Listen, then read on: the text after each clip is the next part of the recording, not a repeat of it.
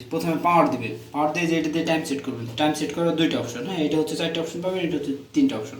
এটাতে আপনি time set করলেন, এই যে শক যে অপশনটা আছে, এই যে ধরেন শকে দিলেন, হ্যাঁ এই যে শকে দিলেন, শকে হচ্ছে 76 মিনিট। 76 মিনিট আপনার এটা হচ্ছে কাপড় ভিজবে 10-15-20 মিনিটের মতো ভিজবে। ভেজার পর হচ্ছে আপনার কাপড়টা ভেজে তারপর আর কি শুকাবে, পানি নিবে, ময়লা পানি ফেলবে, তারপরে শুকিয়ে বন্ধ হয়ে যাবে। ঠিক আছে, এটা হচ্ছে লং টাইম 76 মিনিট, অনেক টাইম। তারপর এটা হচ্ছে ডেলিকেট, এটা হচ্ছে আপনার 38 মিনিট। এটা হচ্ছে যে মিডিয়াম কাপড়গুলো আছে না, মোটামুটি ময়লা বা একটু শক্ত কাপড় যেগুলো, ওইগুলো হচ্ছে ডেলিকেট ওয়াশ করতে পারবেন 38 মিনিট। এটা হলো যে জিন্সের প্যান্ট বা এটা হচ্ছে কুইক ওয়াশ। এটা হচ্ছে একদিন দুই দিন যে কাপড়গুলো পরেন বা হচ্ছে বাইরে গেছেন আপনি, বৃষ্টিতে ভিজে গেছেন, ওই কাপড়গুলো আপনি নর্মালি আর কি টেম্পোরারি ধোয়া দিবেন, তাহলে এটা হচ্ছে কুইক ওয়াশ দিয়ে আপনি এই ধুইতে পারবেন। ধরুন কুইক ওয়াশ সেট করলেন, সেট করে জাস্ট রেজিস্টার দিয়ে দেবেন।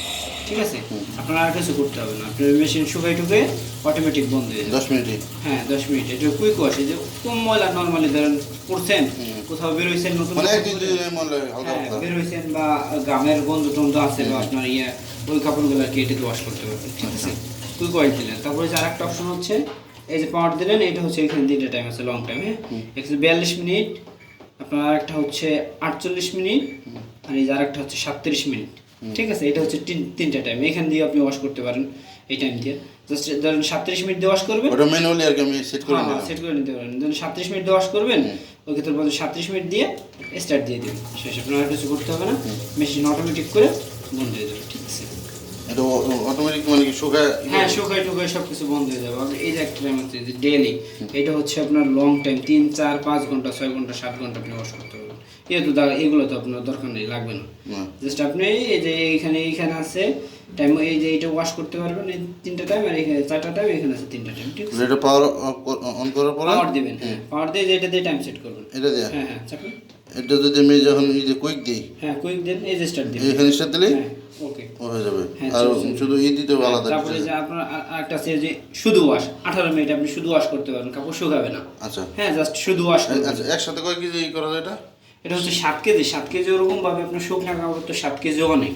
আপনার আইডিয়া করে মেশিনে যত কম কাপড় ওয়াশ করবেন মেশিনটা তত ভালো থাকবে, বেশি দিন ওয়াশ করতে পারবেন। 7 কেজি আপনার ওরকম আইডিয়া করে দিতে হবে। 7 কেজি বোঝানো হচ্ছে যে শুকনো 7 কেজি কাপড় ওইটা ই করা যায়। 3 কেজি 2 কেজি যাই দিলে 2 কেজি মানে 7 কেজি তো অনেক কাপড়, শুকনো 7 কেজি কাপড় কিছু কাটবে না, অনেক অনেক অনেক না দিছি এমনি। মানে চাদর বা অন্য কিছু যদি দিয়ে ওয়াশ করি সেই ক্ষেত্রে কোনটা ই করা যাবে?